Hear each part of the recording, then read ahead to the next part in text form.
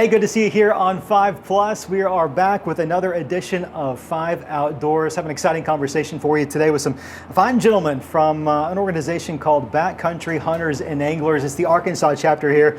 As a hunter conservationist myself, I love the mission of your organization. You know, hunting is great, fishing is great, but at the end of the day, we've got to preserve and manage this resource, and we've got to cherish it. And that's something you guys do really well. Tell me more about the mission of your organization. So we are the public voice for public lands, public waters, and wildlife. And that means we are anything from boots on the ground doing cleanups, working on habitat, to boots on the ground of the Capitol, making sure that any policy that comes out is beneficial for Arkansas hunters and anglers, Arkansas wildlife, and the public lands within the state. So we talk about public lands, we talk about public waters. We have some of the best around here. What are some examples of the work that you've done that someone might be familiar with? Well, one of the first projects that we worked on was called Pine Tree, and essentially that was an East Arkansas property that was at high risk from being taken away from the public and being sold off to private entities. And so we got involved early on in that project, and it was a big win for us being able to allow the people in that community to continue to access that property for hunting and fishing. So those types of projects are near and dear to our heart. But we work really closely with the Arkansas Game and Fish Commission. It's important for us to have a strong relationship with them so that we can continue to recognize places where there either could be threats and protect those, or find better ways to provide new access opportunities for the public to go to use these lands. And that's a fascinating word, access. Access to something that we already collectively own, right? Right. But may not feel that we can just take advantage of it. It was actually a WMA down south of Fort Smith, Cedar Creek WMA. There was an access point that was privately owned, that the landowner was really, generous to let public kind of, illegally, legally trespass to access, and kind of got approached to purchase that acre and a half. That all it did was allow an access point into a different part of the WMA and opened up another part of another WMA just for purchasing that small acreage of land. So we got the funds together, purchased that, and then immediately turned it over to Game and Fish, so that now it is a complete public access point. So in a lot of respects, you're an advocacy organization, but an advocacy organization that actually does real tangible work too. Absolutely.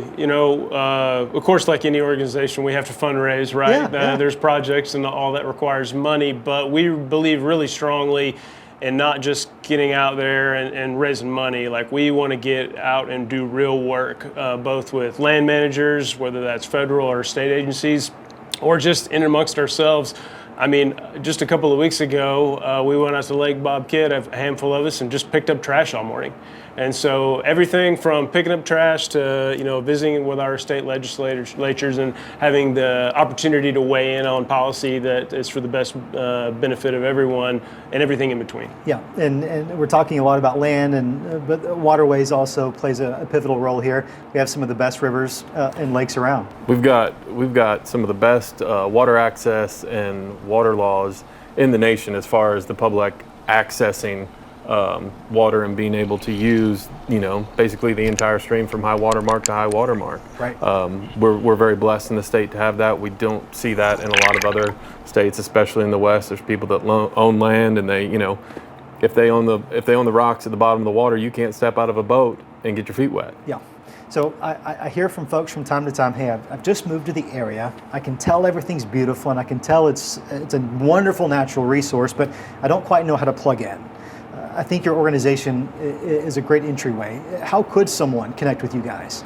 Well, there's several different ways. Online, they can go to backcountryhunters.org, and at that point, that's the national organization site, but at the top, you can navigate your way to the Arkansas chapters. Okay. And there's a list of events there that we have going on. Additionally, we're quite active on Facebook and Instagram. So Arkansas BHA is how you would look us up there. Okay. So you do really good work, but I'm also acutely aware that y'all have a lot of fun too. Tell me more about some of the events that you guys host routinely. Well, one of our major events that we put on, I mean, we do a lot of pint nights, a lot of cleanups, that sort of thing, but our signature event is called Black Bear Bonanza. This will be year 4 for the Black Bear Bonanza. We've got it scheduled for March 1st of 2025. And Put it on the calendar. Yeah, it's a celebration of the reintroduction of the black bear in Arkansas, which is the greatest reintroduction of a large carnivore in North America and probably anywhere in the world. It amazes me every time I hear the story of how special that success story is. We were the bear state at one point. Yeah. We're known as the natural state, and I guess at one point we were the land of opportunity, but initially we were the bear state. Yeah, and it's amazing to talk with people and find out people don't even know we have black bears in Arkansas. And kind of at this point have a decent number of them. Yeah.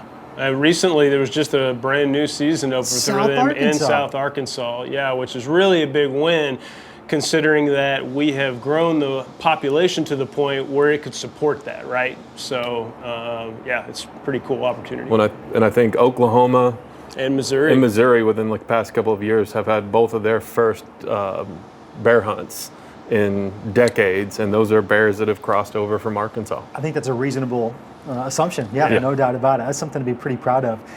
Any big issues you guys are working up soon, or any projects, events that you want people to know about? Well, we're actually kind of in a little bit, so our organization became official as a state chapter in 2020, and we kind of operated with a core group of folks to sort of get where we're at. And we had a lot of really interesting projects early on, and kind of what we're focused on now, I think, is like as we're maturing a little bit more as an organization, we're looking for essentially growing our membership is one of our biggest focuses right now. And so we're absolutely looking for people that are interested in getting involved, partnering with us, and I think going forward into the next year or 2 years from now, growing that membership is going to be one of the most important things so that we can continue to do meaningful work in new places throughout the state. Sure. What does that look like, that process, membership?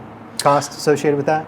What is it? $35 a year? Yeah, $35 a year, right? And there's family membership, so there's different tiers, of course. And, the cool thing about our organization, I think, is there's kind of something for everybody.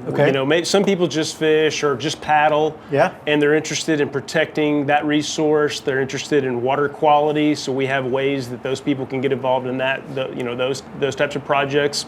We have other folks that are just into hunting and they just want to focus on that. So no matter what you're into outdoors, there's a really good chance that we have an opportunity for you to get involved and do some work that is related to your own interests.